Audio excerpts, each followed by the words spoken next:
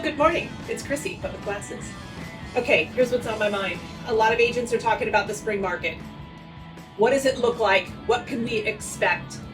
How in the world are we helping our consumers, both buyers and sellers, navigate the expectations?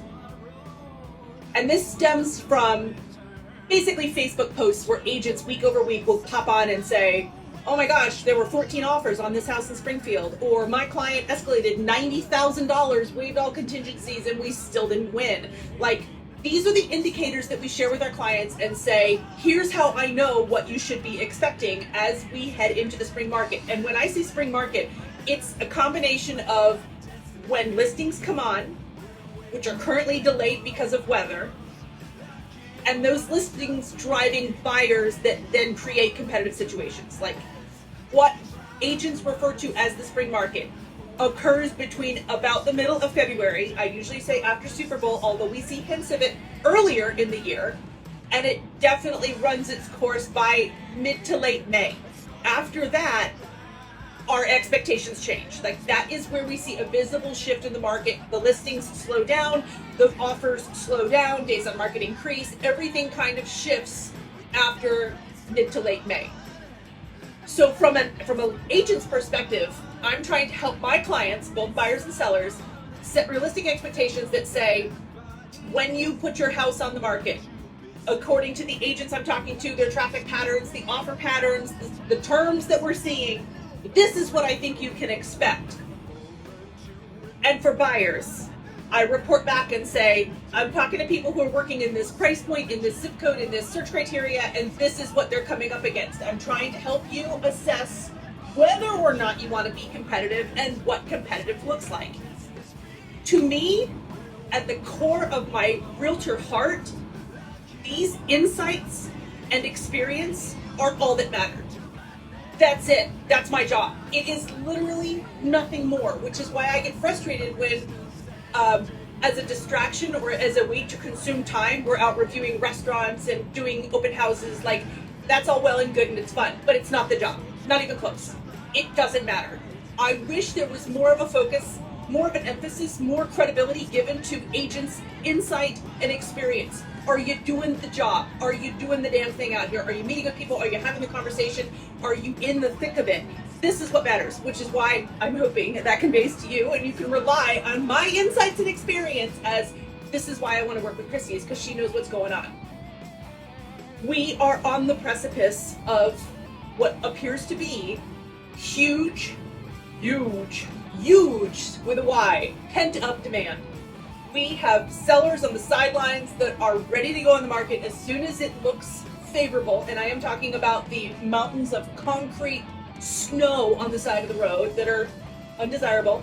As soon as that clears, as soon as we get a blue sky, as soon as we have visitor parking that is available for some of these condo listings, we will return to open houses. You'll see listings, you'll see open houses, and that activity, that data is what drives the buyers. They see a listing and then they go, oh, hey babe, let's head out and see this property this weekend. And those data points result in offers that 30 days from now will post as closed sales and set the pricing trend for the spring market. Years ago, I was working in open house and somebody said to me, like, when are more listings coming on the market? I was like, let me find out. I'm not gonna BS this answer.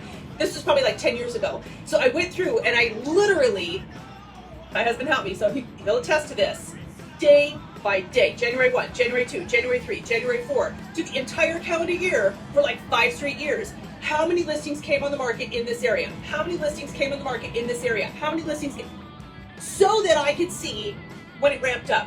And there was a very consistent trend after Super Bowl. After about the first, second week in February, you started to see the listings go whoop, and those listings drive buyers. So obviously, that's when the competitive offers start.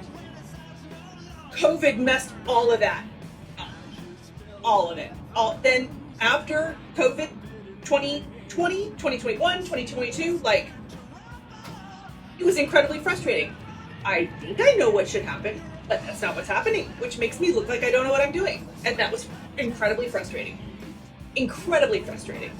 So I really yearn for the stability of the markets we had pre-COVID, because that's where I can see with my agent eye, here they come. Here come the listings, here come the buyers. I know what happens next, which is what I think we're gonna have this year. Even last year was silly, stupid bananas because of the job loss. It was hard for people to move forward knowing that for the first time in their lives, government work was not as solid as we thought. It used to be a sure shot. You got a government job, you can't get fired. Of course they're going to qualify you for a loan. And then last year, that just wasn't true. And I think we've cycled out of that. But again, it was another year that I kind of want to look at and go, blip. COVID, blip, blip, blip, blip. Those years don't count. They don't contribute to my data set because I can't rely on them as being consistent. 2026 feels consistent. We're off to a great start, but I do think this snow has caused a lot of pent-up demand. So if you're a seller, if you're a buyer, and you think you're going to come on the market in the next 4 to 6 weeks, buckle up, hang on, it's going to be fun. I can't wait, but you better believe I'm watching it every day, every hour, every zip code, all of the hot properties. I am more dialed in, more plugged in than I have ever been, and it's making a difference. So that's all for today. Would love to hear from you. Bye.